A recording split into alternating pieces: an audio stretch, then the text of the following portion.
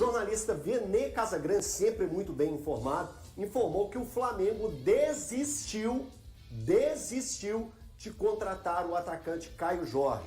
Lembrando que o Flamengo fez algumas propostas para o Cruzeiro e em momento nenhum chegava nem próximo daquilo que o Pedrinho queria. Eu vou ler toda a informação do Venê, mais uma vez, valorizando o Venê, um ótimo profissional e sempre com ótimas informações, sempre muito bem informado o Venê.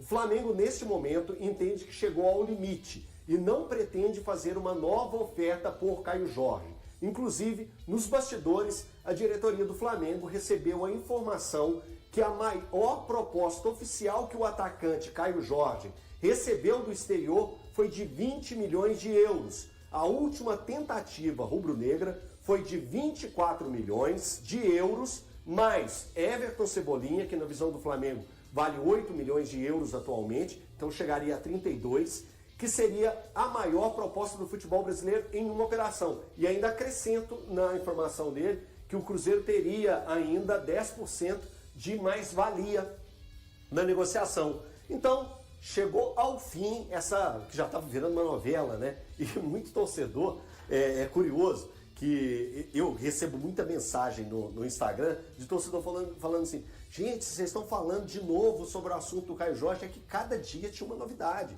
cada dia tinha um assunto, propostas diferentes. Então, a cada momento que surgia uma nova possibilidade, então abre espaço para a gente debater mais e mais sobre o assunto. E estávamos falando simplesmente do atual campeão da Libertadores do Campeonato Brasileiro, fazendo uma proposta para o melhor jogador do Campeonato Brasileiro. Artilheiro da Copa do Brasil. Artilheiro da Copa do Brasil. Fez 21 gols e foi artilheiro do Campeonato Brasileiro. O Caio Jorge foi o destaque do Campeonato Brasileiro. Então, qualquer mudança numa oferta, e agora, como a informação e a notícia que o Flamengo não vai fazer mais nenhuma proposta para o Cruzeiro e o Caio Jorge permanece, é notícia. Eu não precisava estar falando isso, né? Mas às vezes a gente tem que reforçar, porque ontem, infelizmente, nas minhas redes sociais, eu fui xingado e ofendido por simplesmente dar a notícia sobre as propostas do Flamengo. Gui, por favor. Ô, Eltinho, é uma atitude forte do Cruzeiro, uma mensagem forte, é um recado de que vai brigar com o Flamengo. Alguém tem que avisar para o Flamengo que o Cruzeiro não é mais o Cruzeiro de 2020. O Cruzeiro agora tem um dono que é torcedor, que investe e que não está precisando vender jogador para o Flamengo, de perder um jogador importante, seu principal artilheiro da temporada, para um clube que vai concorrer com você na Libertadores, que pode encontrar com você em uma oitavas de final e te eliminar. Então, uma atitude pesada do Cruzeiro, no bom sentido, e que dá esse recado para o Flamengo. O Flamengo acha que o futebol brasileiro tem que se curvar a ele. Todo mundo tem que se sentir honrado por uma proposta dele. Se quer se retirar, meu amigo, se retira. Ah, mas o Cruzeiro recebeu propostas menores pelo Caio Jorge até aqui. O problema é do Cruzeiro, é o Flamengo que paga a conta do Cruzeiro? Não é. E duas coisas, Guilherme. Primeira, o Flamengo roeu a corda quando o Cruzeiro tentou o Matheus Gonçalves ano passado. Sim, bem lembrado. Como é que eles acharam que ia receber esse tipo de proposta? E outra coisa, o Cruzeiro de outros tempos, de fato, vem de um atacante que nem era unanimidade. Com o Pires na mão. E aí, o cara foi pra Bulgária, hoje é destaque na Premier League e não teve, que foi o Igor Thiago, que é um jogador que tinha muito potencial no Cruzeiro. Que era só Thiago. Que era só Thiago, mas tinha muito potencial. E aí, agora o Flamengo, até a Leila Pereira disse o termo flacentrismo, né? Do Flamengo achar que ele é o centro de tudo. Mas tem hora que realmente essa atitude do Flamengo é incômoda. O Flamengo acho que é o Bayern de Munique do Brasil. Eu falei isso aqui ontem. O Flamengo não é SAF, mas ele quer discutir com quem é SAF, quer tentar prejudicar quem é SAF. Ele não tem estádio, ele quer falar de rede, de setor visitante, ele quer falar de estádio de quem grama tem. Sintética. De grama sintética. Agora, assim, falando dessa negociação do Caio Jorge, acho que tá todo mundo dentro do seu. Sim. Se o Flamengo tem bala na agulha para tentar fazer uma investida, e de fato fez essa investida que foi alta, beleza. Tá na função dele de tentar tirar o jogador. Ok. E quando o Cruzeiro deu aquele preço dos 50 milhões, foi um não educado. Porque quando o Cruzeiro dá quando o Cruzeiro dá um preço de 50 milhões de euros, gente, 50 milhões de euros, por mais que seja o Caio Jorge, artilheiro da Copa do Brasil, do Campeonato Brasileiro, convenhamos, é muito dinheiro. Então, o Pedrinho deu esse preço, ó, 50 milhões de euros, tá aí. Vai querer levar? Não vai. É quando você tem um carro. É muito dinheiro, é um não. Não, mas se paga também tem que vender. Aí, se paga tem que vender, não tem discussão. Se coloca na mesa que então, é isso. assim, tá todo mundo dentro do seu papel. O Flamengo com a investida, colocando mais um jogador no negócio, eu tenho isso, vai querer, não quer, não quer, tô me retirando, beleza. E Caio Jorge segue no Cruzeiro. Pro torcedor, pro Cruzeiro, uma ótima notícia. Tem o artilheiro de 2025.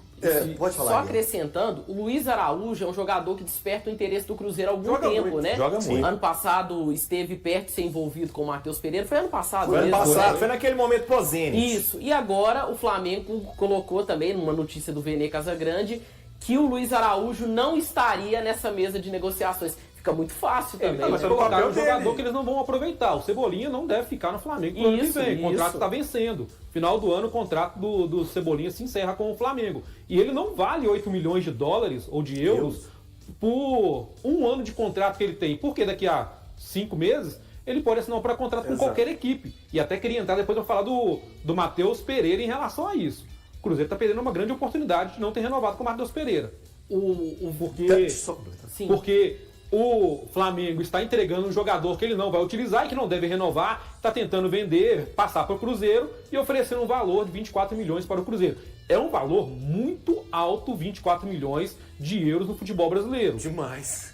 E eu não sei se eu recusaria. Eu, Paulo Lagarde, eu não sei se dono de um clube eu recusaria pelo recorte do Caio Jorge no Cruzeiro. Foram 7 meses de 21 gols do Brasileiro, 5 gols da Copa do Brasil, mas a gente não sabe se isso vai continuar no ano que vem. É um novo treinador, é um novo estilo de jogo. O estilo de jogo dele no Cruzeiro com o Leonardo Jardim favorecia muito o Caio Jorge. Não sei se com o Tite o Caio Jorge vai ter a mesma performance que teve no ano de 2025. Isso é algo que não tem como a gente prever, né? Nem pro bem nem pro mal. É muito difícil a gente fazer essa proposta. Mas no momento, eu pensando no Cruzeiro, pensando aqui nos últimos recortes, no futebol mineiro, eu acho que o Cruzeiro foi certeiro, porque a estratégia do Flamengo é nítida, gente. É enfraquecer um rival direto. Hoje o Flamengo olha para o Cruzeiro, olha para os objetivos que o Pedrinho tem, o Flamengo não é bobo. O Flamengo olha e fala assim, é um time que vai me dar problema na temporada. O que eu posso fazer para prejudicar internamente ou futebolisticamente? O Vitão foi um exemplo, brigou com o Vitão e levou o Vitão. Isso é mais uma birra do Flamengo por ver o Cruzeiro montando um time forte. Quando ele pensava, a zaga do Cruzeiro, que já é boa, tendo o Vidalba e o Fabrício Bruno, ela pode ter o Vitão, que em outra oportunidade eu já fui lá bater na porta do Internacional. Vamos esmurrar a porta do Internacional agora. Vamos fazer algum movimento para o Vitão não ir para o Cruzeiro. Também teve essa questão. É o não ir, não é só vir ao Flamengo, é não ir para o Cruzeiro. Então tem essas questões. Futebol é estratégia. É um tabuleiro de xadrez gigantesco. O Cruzeiro, rapidamente, em 2003, ele tira o Maurinho do Santos, tira o Maldonado do São Paulo, tira o David do Corinthians. Isso é estratégia. É estratégia. Vai, tira um ali, enfraquece aqui e forma um timaço. Perfeita a sua lembrança. Perfeita. Como que o Cruzeiro foi estratégico de pegar e buscar pilares ou jogadores que faziam parte da coluna cervical daquele time. Porque você pega, quando a gente vai montar um time, a gente fala assim, você tem que ter uma coluna. Então, um goleiro, um zagueiro, um volante ou um meio-campo e um atacante. Você tendo um quarteto assim, você consegue ir montando o restante do time. Olha como que o Cruzeiro foi. Vai lá no São Paulo, tira um Maldonado. Vai lá no Santos, tira o Aristizábal. Vai lá no Corinthians, tira o David. Maurinho, tira o Maurinho, tira na lateral. Então, assim, é a capacidade que tem para se montar. E foi isso que aconteceu com o Cruzeiro nessa estratégia aí que ele teve junto com o Caio Jorge. Tinha um detalhe também. Teve um outro momento que o Palmeiras tentou contratar o Pedro no Flamengo e o Flamengo recusou. Tá certo. Tá no direito dele o Flamengo recusar no momento que, se eu não me engano, era a administração ainda do Landim, mas que o Gabriel ainda estava no Flamengo e que o Pedro estava naquele momento. O Flamengo recusou. O Cruzeiro está no direito também de colocar um valor, aspas, irreal, para o Flamengo pagar e recusar, porque o Cruzeiro quer entrar nessa briga de Flamengo e Palmeiras. Hoje a gente tem um futebol polarizado. O Cruzeiro quer entrar nessa briga e está todo no direito dele. Agora, então, vamos falar dele, E a negociação do Gerson? Gente, o novo executivo do Cruzeiro, o Bruno Spindel, falou sobre isso. E é claro que a gente vai ouvir aqui. Lembrando, só para agradecer mais uma vez, é um material da Samuca TV. Então, agradecer mais uma vez a parceria do Samuel junto com a gente aqui para ceder essa entrevista que ele fez com o Bruno. E a gente vai estar mostrando para vocês agora. E sobre o Gerson, a gente sabe que você tem uma relação muito próxima com a família dele. E a gente sabe que você pode ser um trunfo nessa negociação. O próprio pai dele falou sobre isso. Sim, as negociações estão caminhando. Eu acho que é claro o desejo do atleta e da família de vir para o Cruzeiro. Mas, de novo, é uma negociação muito difícil. Um atleta importante também para o Zenit. Vamos ver como que a negociação se desdobra e se é possível um desfecho positivo. Mas, de novo, é uma negociação muito difícil. É uma negociação muito difícil, mas eu fico com a primeira frase dele. Tá caminhando. O tá caminhando me pegou nessa aí. Luciano, você também acha que tá caminhando e o Cruzeiro pode ter sim o Gerson como um grande reforço para a temporada de 2026? Ô Elton. Gaguejou, Sim, hein? não, porque Deu uma assim, engasgada. O tá caminhando, o Cruzeiro sabe que é uma negociação bem complicada, essa chegada do Gerson, mas ao mesmo tempo o Cruzeiro tem várias estratégias, inclusive financeiras, para conseguir essa contratação. Tem um projeto, tem a parte financeira que o Cruzeiro vai fazer um grande investimento, vai colocar também nesse negócio o Jonathan Jesus na jogada, que tem um zagueiro ali que vale 10 milhões de euros e que o Zenit tem interesse. Tem a questão do Tite também, que pesa nessa questão, a Copa do Mundo que está chegando. Então o Cruzeiro apresentou esse projeto para o Gerson, que quer voltar ao Brasil, quer trabalhar com o Tite, quer jogar no Cruzeiro. Pronto. Agora é o acordo em relação aos valores. Como seria esse negócio? O Zenit, ele investiu caro, né? Pagou muito dinheiro para tirar o Gerson do Flamengo. Né? O Zenit quer pelo menos, no mínimo isso, ou mais, nessa jogada. O Cruzeiro vai investir muito para conseguir trazer o Gerson, que se o Gerson pintar no Cruzeiro, é um jogador que muda o clube de patamar. É um Gerson que faz um segundo volante muito bem, no lugar do Lucas Silva, pode fazer um terceiro homem de meio de campo, ali onde o Christian joga, por exemplo, pode fazer um 10 quando o Matheus Pereira não estiver em campo, e ainda já viu o Gerson jogar de falso 9 de costas. Faz muito bem todas essas funções, muda o Cruzeiro de patamar. Agora, o Gerson realmente é um jogador que vale esse investimento, Lu. Eu realmente acho que o Gerson é outro recado que o Cruzeiro passa. Só de estar nessa negociação com o Gerson, o Cruzeiro já está passando outro recado, que quer aí brigar por títulos, quer chegar pelo menos longe na Libertadores, ainda mais neste ano que o Cruzeiro completa 50 anos da primeira Libertadores. O Cruzeiro quer brigar novamente por um título brasileiro, quer brigar novamente pela Copa do Brasil. Então a contratação do Gerson é um recado muito claro que o Cruzeiro está pensando grande. O Gerson vir em um ano de Copa do Mundo é algo muito bom, porque a gente sabe que o Gerson tem esse sonho de ir para a Copa, e qualidade ele tem. Pelo menos para ser uma das opções, uma das 26 opções do Carlo Ancelotti, ele tem bola para ser. O problema é estar na Rússia. É um mercado menos visado, um campeonato que até pelas restrições, todas as sanções por causa daquele conflito na Ucrânia, o campeonato russo a gente não acompanha. Quem fala, tô vendo o Gerson jogar hoje, poucas pessoas viram, só se você consegue um link na internet ou coisa assim. Então, realmente, o Gerson é um jogador que a gente sabe o que ele pode entregar. A única coisa ruim ele realmente tem um histórico de saídas de contrato um pouco incômodo. Há um ano atrás, o pai do Gerson não sabia que tinha Copa 2026, porque ele levou o filho para a Rússia. Porque escondido. 6 meses depois ele quer voltar para o Brasil. Isso é chato, isso incomoda. E aí, Gerson já foi o Olympique de Marseille, não deu certo lá, voltou ao Flamengo, foi vendido, não deu certo na Roma, quando ele saiu do Fluminense. Sim. Então, é um histórico de transações que o jogador tem e que preocupa, porque se daqui a 6 meses o Gerson vai para a Copa, Brasil campeão do mundo, surge uma proposta exterior, o pai vai forçar o filho a sair do Cruzeiro para ir para outra equipe. Ok, é questão comercial, tudo bem. Só que o histórico deixa um pouco a situação um pouco chata. E principalmente a questão do Zenit. Essa frase, está caminhando, ela é muito boa de ouvir para o torcedor do Cruzeiro. Só que a gente sabe que também o Zenit tem um histórico de, no meio do caminho, roer a corda.